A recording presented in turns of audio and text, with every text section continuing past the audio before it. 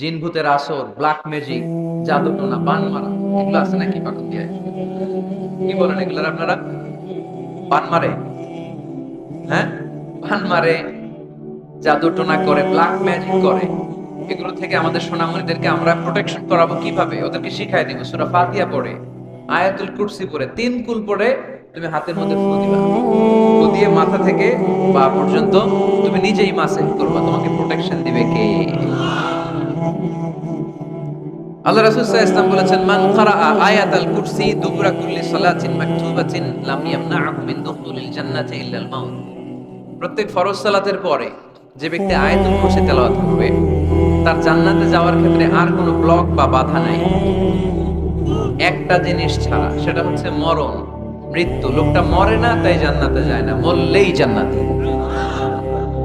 এজন্য আজকে থেকে সূরা ফাতিহা বেশি বেশি পড়বেন তো।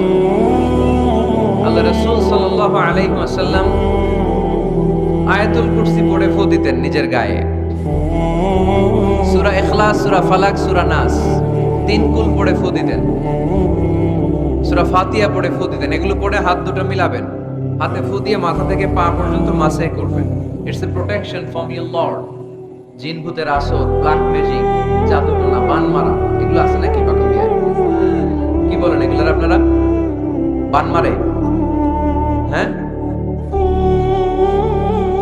ঝাড়ু মারে, দারু, জাদু, ঝাড়ু, জাদু, ঝাড়ু, যাই হোক, এগুলো কিন্তু মারে, বান মারে, জাদু টোনা করে, ব্ল্যাক ম্যাজিক করে। এগুলো থেকে আমাদের সোনামণিদেরকে আমরা প্রোটেকশন করাবো কিভাবে? ওদেরকে শিখাই দিব। সূরা ফাতিহা পড়ে, আয়াতুল কুরসি পড়ে, 3 কুল পড়ে তুমি হাতের মধ্যে ফু দিবা। ফু দিয়ে মাথা থেকে পা পর্যন্ত তুমি নিজেই মাসেজ করবা। তোমাকে প্রোটেকশন দিবে কে? আল্লাহ রাসূল সাল্লাল্লাহু আলাইহি ওয়াসাল্লাম বলেছেন, মান ক্বারাআ আয়াতাল কুরসি দুবুরা কুল্লি সালাতিন মাকতুবাতিন লাম ইয়ামনা'হু মিন দুখুলিল জান্নাতি ইল্লাল মাউত। প্রত্যেক ফরজ সালাতের পরে যে ব্যক্তি আয়াতুল কুরসি তেলাওয়াত করবে, তার জান্নাতে যাওয়ার ক্ষেত্রে আর কোনো ব্লক বা বাধা নাই, একটা জিনিস ছাড়া, সেটা হচ্ছে মরণ, মৃত্যু। লোকটা মরে না তাই জান্নাতে যায় না, মরলেই জান্নাতে। এজন্য আজকে থেকে সূরা ফাতিহা বেশি বেশি পড়বেন তো। সাইয়েদনা আবু সাঈদ আল খুদরি রাদিয়াল্লাহু তাআলা আনহু বর্ণনা করেন, আমরা একবার মরুভূমিতে সফর করছিলাম। হঠাৎ দেখলাম মানুষের জটলা ডিঙিয়ে ভেতরে যেয়ে দেখি এক লোক শুয়ে আছে, আর অন্য লোকেরা মন্ত্র করে ফু দিচ্ছে। উল্টা পাল্টা মন্ত্র করে ফু দেয় না? সুমন্তর সু, কালীকুত্তার গু। আমরা ছোটবেলায় শুনতাম বাচ্চারা এরকম সুমন্তর সুমন্তর সুমন্তর সু, কালীকুত্তার। এগুলো করে ওরা মন্ত্র পড়তো। তো উনি যে দেখলেন কি কি মন্ত্র করে এই লোককে ফু দিচ্ছে, উনি বললেন কি হয়েছে? সবাই বলল আমাদের নেতা সাইয়্যিদুল হাই, হাই মানে গোত্র, এই গোত্রের নেতা সাপ কামড় দিয়েছে, বিষে এমন নীলাভ হয়েছে দেখো মনে হয় মারা যাবে। কি করা যাবে? তোমরা কি কোনো রুকিয়া ঝাড়ফুঁক জানো? উনি বললেন জানি। তাহলে আসো একটু ঝাড়ফুঁক করো। উনি বলল শর্ত আছে, আমাদেরকে ছাগল দিতে হবে, 1 পাল ছাগল। আরেক বর্ণনায় এসেছে 30টারও অধিক ছাগল। সবাই বলল আমাদের নেতা, এর যদি কিছু হয়ে যায় আমরা নেতৃত্ব শূন্য হয়ে যাব, ছাগল লাগুক আর ওট লাগুক, তুমি আসো। বাড়ি বাড়ি যে ছাগল এনে, ছাগল রেডি। সাইয়েদনা আবু সাঈদ আল খুদরি রাদিয়াল্লাহু তাআলা পড়তে আরম্ভ করলেন, আলহামদুলিল্লাহি রাব্বিল আলামিন আর রহমানির রহিম মালিকি ইয়াউমিদ্দিন ইয়াকা না'বুদু ওয়া ইয়াকা নাস্তাঈন اهدنا الصراط المستقيم صراط الذين أنعمت عليهم غير المغضوب عليهم ولا الضالين। পড়েন আমিন।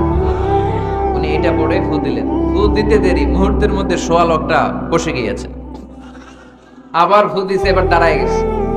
আরেকবার ফু দিছে, হাঁটতে শুরু করছে, একেবারে সুস্থ। সবাই তো অবাক, টাসকি খেয়ে গেছে। আবু সাঈদ আল খুদরি রাদিয়াল্লাহু আনহু বলে, টাসকি পরে খাও, আগে ছাগল দাও। কারণ ছাগল দেওয়ার কন্ডিশন ছিল না, ওরা ছাগল নিয়ে আসছে। সাইয়েদনা আবু সাঈদ আল খুদরি রাদিয়াল্লাহু তাআলা আনহু আনন্দে এবার ছাগল নিয়ে সাহাবাদেরকে নিয়ে রওনা। পথিমধ্যে লেগেছে প্রচন্ড ক্ষুধা, তখন তারা কয়েকটা ছাগল জবাই করে খেয়েছে। খাওয়ার পরে পেট যখন ঠান্ডা, তখন ব্রেন সচল।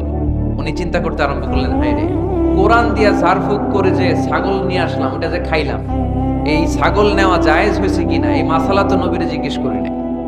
কিন্তু ছাগল তো অলরেডি পেটে যায় হজম, কি করা? মদিনাতে যে জিজ্ঞেস করবো। মদিনায় যেই আল্লাহ রাসূল সাল্লাল্লাহু আলাইহি ওয়াসাল্লামের দরবারে যে জিজ্ঞেস করলেন, ইয়া রাসূলুল্লাহ, এমন এমন ঘটনা, ঝাড়ফুঁক করে আমরা ছাগল এনেছি, দেখি জায়েজ হয়েছে? আল্লাহ রাসূল সাল্লাল্লাহু আলাইহি ওয়াসাল্লাম বলে, জায়েজ হয়েছে মানে অবশ্যই জায়েজ হয়েছে, কোরআনের দাম বাড়ায় দিয়ে আসছো। ছাগল কিছু থাকলে আমার ঘরে পাবে। সুবহানাল্লাহ পড়তে পারলেন না? ওয়ালাকাদ আতাইনাকা, বুখারীর হাদিস, ওয়ালাকাদ আতাইনাকা সাবআম মিনাল মাসানি ওয়াল কুরআনাল আযীম। নবী হে, নিত্য পাঠনীয় সপ্তবাক্য দিয়েছি, যেই দোয়া পড়ে ফু দিতে দেরি ওষুস্থ ব্যক্তি সুস্থ হতে দেরি হয়। এজন্য আল্লাহ ইরশাদ করেন, অনুনাজ্জিলু মিনাল কুরআনি মা হুয়া শিফাউ ওয়া রাহমাতুল লিল মুমিনিন ওয়া লা ইয়াজিদুয যালিমিনা ইল্লা খাসারা। এই কোরআনকে আমি শিফা হিসেবে নাজিল করলাম, এই কোরআনকে আমি রহমত হিসেবে নাজিল করলাম, এই কোরআনকে আমি তোমাদের জন্য হেদায়েত হিসেবে নাজিল করলাম। তোমাদের কোরআন রহমত এনে দিবে, বরকত এনে দিবে, শিফা এনে দিবে, কিন্তু জালেমদেরকে কিছু এনে দিবে না। ঠিক কি না?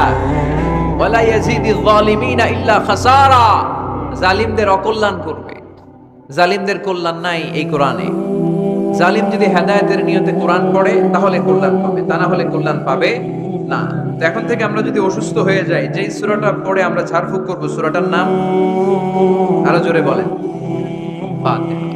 এই সূরাটা কোরআনের ধারাক্রম অনুসারে 1 নম্বর সূরা, নাম্বার 1। কয় নাম্বার? 1 নম্বর। এই সূরাটা মক্কাতুল মুকাররমায় নাযিল হয়েছে, তাই এটি মাক্কি সূরা।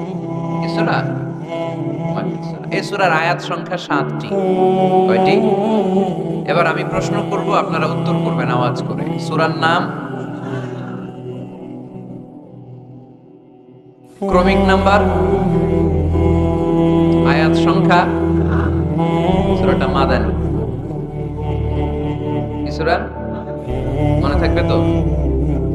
আসলে প্রতিদিন এই সূরাটা পড়ি, এই সূরাটার তাৎপর্য কি, মর্মবাণী কি আমাদের জানার দরকার আছে না? কিন্তু আমরা অনেকেই জানি না। জানি আরব বিশ্বে দেখবেন, ওনারা যখন তারাবির সালাত পড়ে, আযাবের আয়াত আসলে কাঁদে। পাকুন দিয়ে আপনারা কাঁদেন?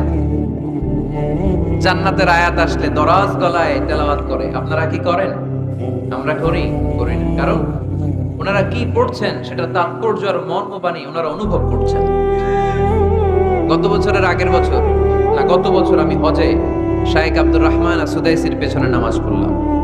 উনি যখন সূরা কুরাইশ তেলাওয়াত করছেন, ফালিয়াবুদু রাব্বা হাযাল বাইত, এটা বলে তিনি কেঁদে দিলেন। কারণ উনি অর্থ বুঝতে পেরেছেন, আয়াতের অর্থ ফালিয়াবুদু রাব্বা হাযাল বাইত, এই কাবা ঘরের মালিক আল্লাহর ইবাদত করো, এই ঘরের রবের ইবাদত করো। আর ওই ঘরের সামনে দাঁড়িয়ে উনি ইমাম, উনি ওই ঘরের সামনেই দাঁড়ান আর করতেছে এই ঘরের রবের ইবাদত করো। এটা যখন অনুভব করলেন, উনি আর নিজেকে ধরে রাখতে পারলেন না, উনি কান্না জুড়ে দিলেন। উনার পেছনে আমরাও কাঁদতে লাগলাম, কারণ ইমাম যেদিকে মুসল্লিও সেদিকে, উনিও কাঁদে আমরাও কাঁদি, কারণ অর্থ বুঝতেছি তো।